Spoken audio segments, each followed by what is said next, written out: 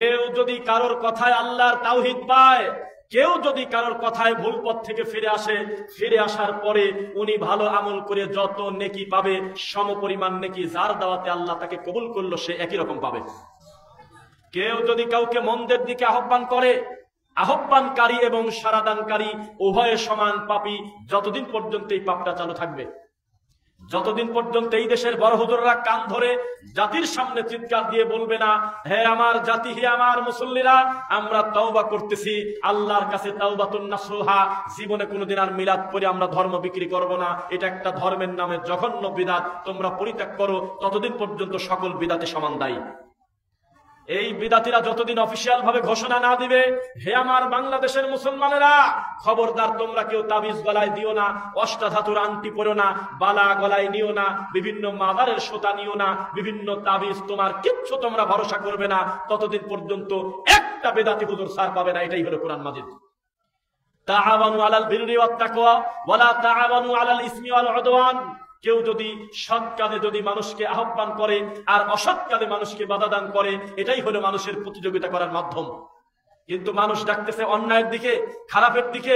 লোকজন আজকের এই দিনে এখনো হিল্লা বিবাহের মতো ভাড়া করা পাঠার বলে গেছে নবী 1400 বছর আগে, সেই জিনিস আমাদের সমাজে এখনো চলে। মানে তালাক দিয়েছে এক বৈঠকে 3 তালাক, আর বিদাতিদের পাগল মাগলও যদি তালাক দেয় তালাক বলে হয়ে যায়। গোমাসি তালাক দিয়েছে 3 তালাক, চলে গেছে বউ। এটা হলো তাদের কথা। ইদানিং কিছু লোক চুরি করে বউ চলে গেলে তখন আহলে হাদিস হয়ে যাচ্ছে কিছু কিছু হানাফি। বউ চলে গেছে তখন বলতেছে আমাদের মাযহাব মানলে আর বউ টিকানো যাচ্ছে না, আহলে হাদিসদের কাছে গেলে এক বৈঠকে যত তালাকই দাও 1 তালাক। ওই কিছু সময়ের জন্য আহলে হাদিস হয়, যেভাবে ওই ঈদের নামাজে আসে আহলে হাদিস হয়ে যায়, রফা দায়ন করে।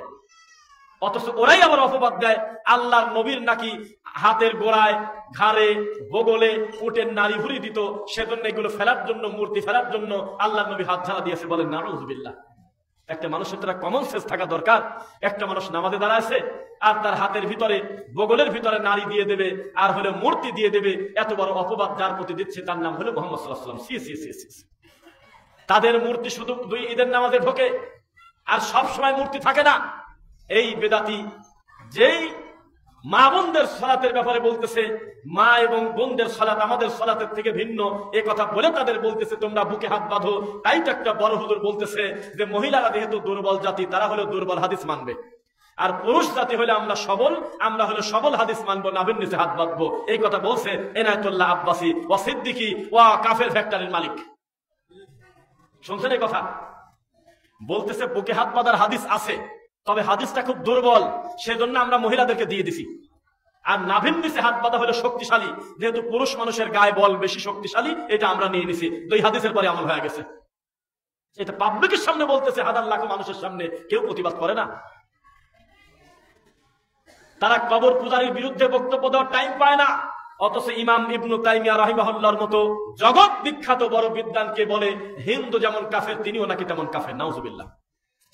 নাসিরউদ্দিন আলবানী রাহিমাহুল্লাহর মতো এত বড় বিদ্বান, সেই লোকটাকে ঘড়ির মেকার বলে বলে ব্যঙ্গ করে এই বেদাতিরা। শুনেছেন আপনারা? বলে যে উনি নাকি খ্রিস্টানদের মাদ্রাসায় মাটির নিচে কিছুদিন পড়াশোনা করে তারপরে আহলে হাদিস হয়ে গেছে। এভাবে আহলে হাদিসদের প্রতি অপবাদ দিতে দিতে আল্লাহর অশেষ অনুগ্রহে এখন বেদাতির ঘরের ভিতরে আহলে হাদিস জন্ম নিচ্ছে ইনশাআল্লাহ।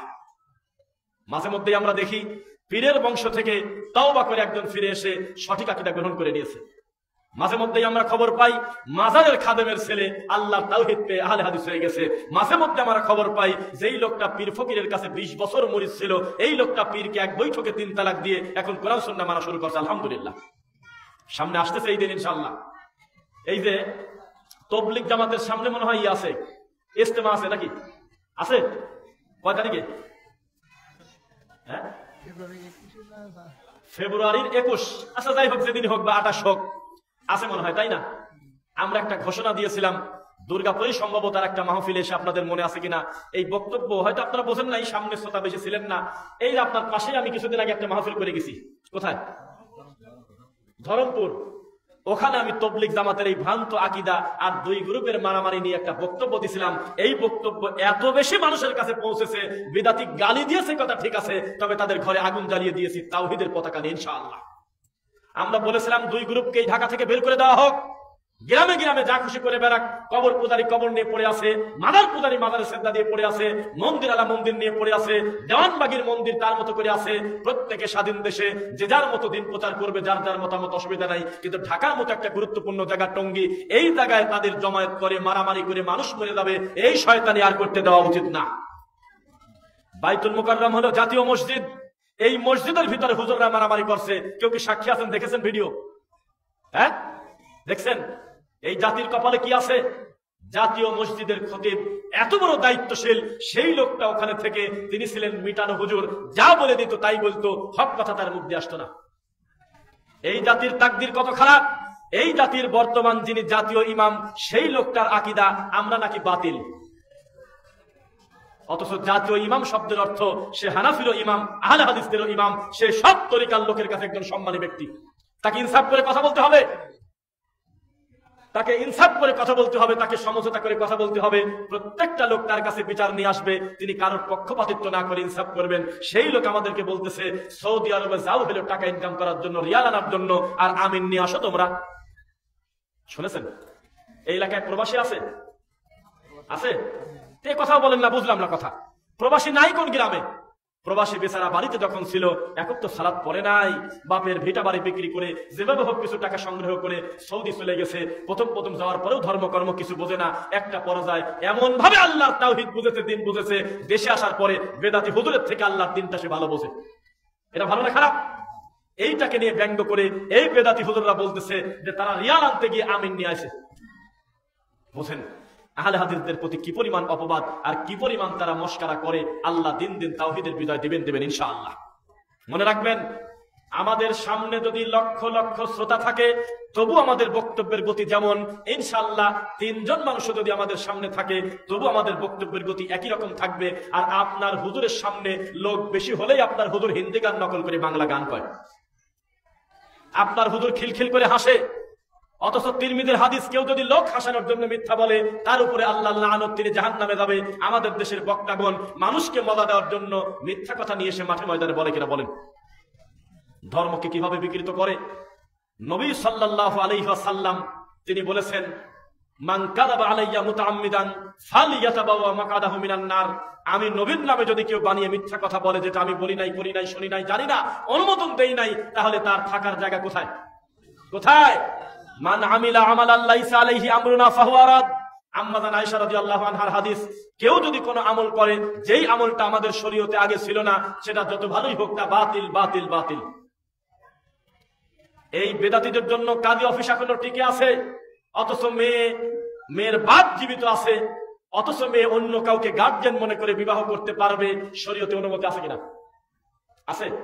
কিছুই তো জানেন না, বুঝলাম না। মেয়ের বাপ জীবিত আছে, কিন্তু বিয়েতে তার সম্মতি নাই, বিয়ে হবে? পাগল হলে ভিন্ন কথা, একেবারে বেনামতি হলে ভিন্ন কথা, একেবারে যদি ধর্মের বাইরে থাকে ভিন্ন কথা। কিন্তু একজন সচেতন নাগরিক হিসেবে, মুসলিম হিসেবে, তিনি হলো তার মেয়ের উকিল, অভিভাবক, ঠিক কিনা? তার ওলি তার বাপ। অথচ এই বেদাতিরা উকিল বাপ বানায়। কি বাপ? উকিল বাপ। সি সি সি। তাই বলেছিলাম যে পৃথিবীতে কয়েকটা বাপ আছে, এগুলো বাপের জাত না। এক, ইয়াবা যারা খায় তারা ইয়াবাকে আদর করে বাবা বলে ডাকে, হয় না? এটা কি তার বাপ? 2, বলদ পাগল গরু ছাগল কিছু মুরিদ আছে, তারা তাদের পীরকে আব্বা বলে ডাকে, এটা কি বাপের জাত? 3, উকিল বাপ নামক বিবাহতে একটা লোককে উকিল বাপ বানায়, ওটাও কোনো বাপের জাত না, এটা হলো বিয়ের দিনে ধর্মের নামে শয়তানি করা। এরকম বাপের কথা নবী বলে নাই, রাসূল বলেছেন মেয়ের বাপ উপস্থিত থাকবে, 2 জন সাক্ষীর সামনে সুন্দর করে আপনার কি হয়, খুতবা হবে, এরপরে ইজাব কবুল হবে, বিবাহ শেষ, কাবিননামার কথা আলোচনা আসলে শেষ। এই বিবাহটাকে কঠিন করে উকিল বাপ বানানো হয়েছে। মেয়ে চলে গিয়েছে কোর্টে, কাজী অফিসে বিয়ে হয়ে গেছে, পরবর্তীতে থানা কোর্ট কাছারি হওয়ার পর বলতেছে মেয়ের বয়স কি 18 হয়েছে? হ্যাঁ হয়েছে। তাহলে কেস ডিসমিস, বাতিল। তার মানে ওই মেয়ের বাপের কোনো দামই নেই। মেয়ে যেহেতু 18 বছর পার হয়ে গেছে, এখন সব ঠিক আছে। কোথায় চলে গেল, কার সাথে কি করলো, ওটা বাদ দাও। নাউজুবিল্লাহ মিন যালিক। অথচ আমাদের সমাজে মাযহাবের দোহাই দিয়ে এই নোংরা পাপগুলোকে টিকিয়ে রেখেছে। সবাই যদি বলতো আমরা জেনাবা বিচারের বিরুদ্ধে, এ ধরনের কোনো বিবাহ শরীয়তে নাই, যেই বিবাহে বাপ নাই সে বিবাহ বাতিল, বাতিল, বাতিল। আমার নবী 3 বার বলছে, বলে নাই? সব হুজুর যদি একসাথে বলতো যে নেশাদার দ্রব্য পান করা হারাম, আরাকু আহলিন নার আও উসারাতু আহলিন নার। নবী সাল্লাল্লাহু আলাইহি ওয়াসাল্লাম বলেছেন, জাহান্নামীদের শরীরের রক্ত পুঁজ গলে গলে পড়বে, এগুলো ধরে ধরে এই নেশাখোরদেরকে খাওয়ানো হবে। তাহলে মানুষ কি জর্দা দিয়ে পান খাতো আপনার মনে হয়? মানুষ কি গুল খাতো, আলো পাতা খাতো, সিগারেট বিড়ি খাতো? এগুলো পরিত্যাগ করতো। অথচ আজকে বিশ্বাস করবেন কিনা, মেয়েরা পর্যন্ত সিগারেট খায়। জানেন, স্কুল কলেজে পড়ে, ভার্সিটিতে পড়ে, এই মেয়ে সিগারেট খায়। পুরুষ মানুষের প্যান্ট শার্ট পরে স্কুল কলেজে যাচ্ছে, কোন ভ্রুক্ষেপ নাই। সবচাইতে বড় পাপ হলো জোরে আমিন বলা। এর জন্য মুসলমানদেরকে ধরে মারতেছে আমাদের এই বেদাতিরা। ওদিকে ইহুদি খ্রিস্টান তাদের সংস্কৃতি আমাদের ভিতরে কিভাবে দিয়ে আমাদের মা বোনদেরকে পর্দার ভিতর থেকে বের করে রাস্তায় বের করে দিয়েছে। তারা আমাদের বাচ্চাগুলোর শিক্ষা ধ্বংস করে দিয়েছে। মানুষের নীতি এমন ভাবে ঢুকেছে মানুষের ভিতরে, কে কার কথা শুনবে। আর আমাদের হুজুররা এখনো পড়ে আছে যে মিলাদকে দাঁড়া পড়বো না, বসে পড়বো। এই জাতির কল্যাণ কিভাবে হবে? ডক্টর জাকির নায়েক বক্তব্য দিলে কাবার ইমাম তার মুখের দিক তাকায় থাকে, বাপরে বাপ, এ আবার কি মেডিসিন? একটা প্যান্ট শার্ট পরা মানুষ বক্তব্য দিচ্ছে, আর খ্রিস্টান ইহুদিদের হাঁটু কাঁপতেছে ভয়তে। কি জিনিস? উনি একদিকে বক্তব্য দেয়, আর একদিকে ইহুদি খ্রিস্টান সিরিয়ালে ঝগড়া লাগাইছে, আমি আগে কালেমা পড়বো, আমি আগে কালেমা পড়বো। আর আমরা হুজুররা তাবিজ বেঁচে খাই, আমরা হুজুররা জর্দা বিক্রি করি, আমরা হুজুররা তামাকের বিরুদ্ধে বক্তব্য দিতে পারি না। এই হলো আমাদের দেশের অবস্থা। কথা বোঝা যাচ্ছে? এই দায়িত্বটা ছিল আলেমদের। 30-40 বছর মাদ্রাসায় পড়ে পড়ায় কি শিখলে? আমাদের দেশের বেদাতীদের লাখ লজ্জা কত খারাপ দেখেন। আল্লাহ মাফ করুক, কুয়াকাটি নামে একটা হুজুর আছে না, গলার খুব কণ্ঠ মিষ্টি, কথা বলে না, আছে কিনা? 1 ঘন্টা বক্তব্য দেয়, তার 35 মিনিট গজল কয়, ফার্সি শের বলে, উল্টা পাল্টা কথা বলে সময় কাটায়। কুত্তার গল্প, ব্যাঙের গল্প, বানরের গল্প, সাপের গল্প, এইসব বাঘের গল্প বলে চলে যায়, আছে কিনা? সেই লোকটাকে আমরা এতদিন মনে করছিলাম যে বেদাতিরাও মনে হয় বয়কট করে দিয়েছে। অথচ আমার 2টা দিন মাহফিল ছিল না, বলবো না, আমি ওই 2টা দিন মাহফিল রাখি নাই আমার ব্যক্তিগত কাজে। আমি আল্লাহর কসম নিজের বাসায় শুয়ে এই বেদাতির বক্তব্য আমি শুনছি। একাধিক বক্তব্য, 20 মিনিট, 30 মিনিট, 40 মিনিট করে করে।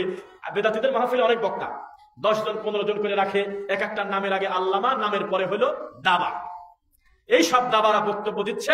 10টা বক্তার 9টাই হলে এই ভণ্ড বেদাতির কণ্ঠ নকল করে ফার্সি শের বলতেছে।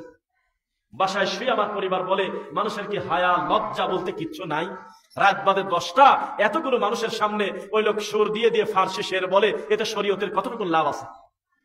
একটা হাদিস নাই, একটা কোরআনের আয়াত নাই, কিচ্ছু বলতে কিচ্ছু নাই, খালি ফার্সি শের বলে আর হু হু করে কাঁদে, পাবলিক কয় আল্লাহু আকবার।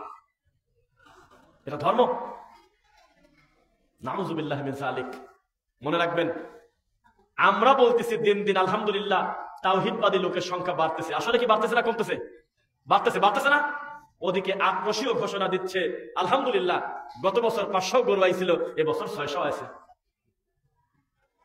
দেওয়ানবাগের ছেলেও বলতেছে আমাদের লোক সংখ্যা বাড়তেছে।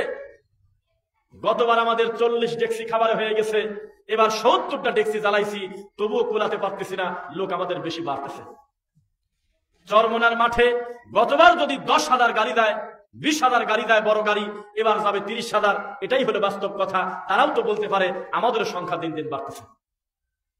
আজকে গাড়িতে আসলাম, আমার সাথে আরেকজন ছিল, মানে একটা লোকের সাথে পরিচয় হলে উঠলো, তার নাম মনে হয় নাসরুল্লাহ বা এরকম নাম। তিনি হলো সিরাজগঞ্জে কড্ডা বাড়ি, কড্ডা মাছের ব্যবসা করে, মুখ ভর্তি দাড়ি। উনি নিজে থেকে প্রকাশ না করলে আপনি বুঝবেন না যে তিনি আলেম না, এত সুন্দর চেহারা। তিনি বলতেছে, দোয়া করবেন, আমি রসুলপুর কেবলাজানের দরবারে আছি আজ 22 বছর, রসুলপুরের মুরিদ। সেই লোকটা ঘোষণা দিচ্ছে, আমি যে কোন পীরের মুরিদ আপনি আব্দুল মতিন নেসারি লেখে একটু নেটে টান দেয়নি, একটু লেখেনি কি আসে? তখন আমি আব্দুল মতিন বা এরকম লেখলাম, ওদের পীর সাহেবের ভিডিও আসলো, মরে গেছে যদিও, তো বলে দেখেন আমাদের পীর সাহেবের সামনে লোক গুনাহ শেষ করা যাবে না, এই মাথা থেকে ওই মাথা দেখা যায় না। কুল্লু হিজবিন বিমা লাদাইহিম ফারিহুন, প্রত্যেকে তার দল নিয়ে তৃপ্তি লাভ করে, আক্রোশী বলে এই পৃথিবীতে আমাদের থেকে ভালো রস এই পৃথিবীতে নাই। চরমনার দাবি আমাদের থেকে ভালো মোনাই বাংলাদেশে নাই। প্রত্যেকটা পীরের দাবি দেখেন, প্রথমে অমুসলিম হওয়ার পরেও মুসলমানদেরকে ধোকা দেওয়া শুরু করছিল মনে হয় বাংলাদেশে দেওয়ানবাগ। কি বাগ? যিনি অমুসলিম তিনি কিন্তু মুসলিম না, তিনি বলতো যে এখানে আমি দেওয়ানবাগ, আল্লাহর আরশে একই লোক বসে আছে, ভিন্ন কেউ নাই। তিনি বলেছিলেন যে ফাতেমা আমার বউ, নাউজুবিল্লাহ পড়েন। সেই লোকটা ছিলেন অমুসলিম, কাফের।